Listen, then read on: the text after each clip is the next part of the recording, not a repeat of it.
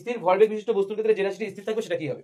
ভরবেগ স্থির, অর্থাৎ p = m × v আমরা জানি, এটাই তো ভরবেগের সূত্র।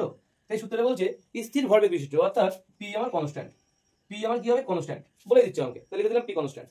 তো স্থির ভরবেগ বিশিষ্ট বস্তুর ক্ষেত্রে যে রাশিটি স্থির থাকবে।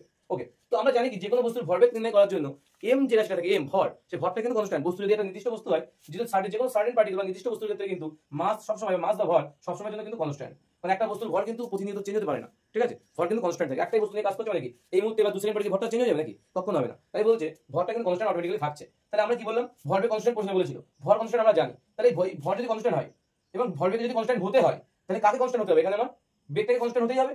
বেগ যদি কনস্ট্যান্ট না হয় তাহলে ভরবেগ কেন কনস্ট্যান্ট হবে?